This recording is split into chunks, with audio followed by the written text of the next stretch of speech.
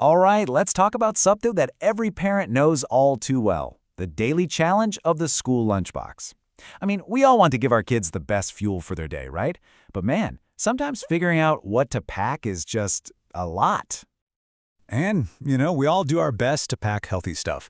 But what if I told you that some of those go-to lunchbox staples are actually hiding a pretty big secret?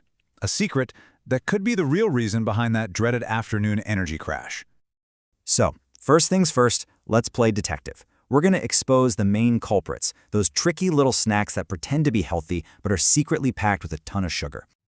Okay, to really get this, we need a baseline. So, here's the magic number, 25 grams. That's what the American Academy of Pediatrics says is the absolute maximum amount of added sugar a kid should have in an entire day. 25 grams. Got it? Tuck that number away for a second. All right, now look at this. 19 grams. And guess what that is? That's the sugar in one tiny little apple juice box. 19. We're talking almost their entire day's sugar limit. Gone in just a few sips. And that's without any of the good stuff like fiber you'd get from an actual apple. Crazy, right? And it's not just the juice boxes, not by a long shot. Dr. Patty from Kids Mile High Pediatric Dentistry calls granola bars the trickster of the kids' snack world, and I love that. They scream oats and grains on the front of the box, but you flip it over to the nutrition label, and whoa, it's a whole different, much sweeter story. This one is a classic. The label says gummy fruit snacks, right? Makes you think of, well, fruit. But what is it really? Let's be honest, it's candy, mostly corn syrup and sugar, dressed up to look healthy. Okay, look, the point of all this is not to make anyone feel bad. Seriously, it's the opposite. It's about knowing what you're up against so you can make some simple, powerful changes. And the best part?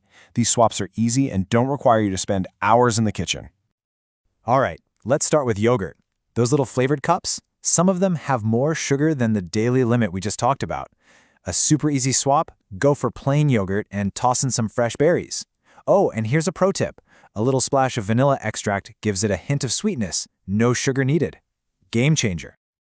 Every kid loves that crunchy, salty snack, right? But instead of potato chips, try this, air-popped popcorn. Or, my personal favorite, roasted chickpeas. They give you that satisfying crunch, but they're also packed with fiber, which means your kid stays full and focused instead of crashing. Okay, on to the main event, the sandwich. This is such a simple one, but it makes a huge difference. Just swapping out that white bread for a whole grain wrap or a pita pocket gives them so much more fiber and nutrients. It's the key to avoiding that "I'm so sleepy" feeling after lunch. But let's be real, healthy can't be boring, or the kids just won't eat it. This is where we get to have a little fun. A little creativity can completely change the game and get them genuinely excited to open up their lunchbox. So, let's think beyond the boring old sandwich. Bento boxes are awesome for this. You can put a little bit of everything in there. Or how about making your own healthier Lunchables? Some whole grain crackers, good cheese, and nitrate-free turkey. And you can get really creative with things like sandwich kebabs or veggie burritos. And these kebabs? So easy. You just cube up some meat and cheese, add some veggies and a piece of bread, and slide them on a skewer. It turns lunch into something fun, like an activity. It's a fantastic way to get them to try new things without even realizing it. So we've got our lunchboxes sorted, but what we pack at home is really just one part of the story. There's a whole bigger picture here, which is the food environment at the school itself. And, well, it's complicated. I mean, look at this. It's not like schools don't want to offer healthier food. They're up against some major hurdles. Financially, healthy food just costs more. Logistically, it can be hard to even get the right kinds of foods. And then you have the social side, kids who just want pizza and fries. But the good news is, things are starting to change on a bigger scale. Because of these challenges, and because we know so much more about nutrition now, national policy is shifting.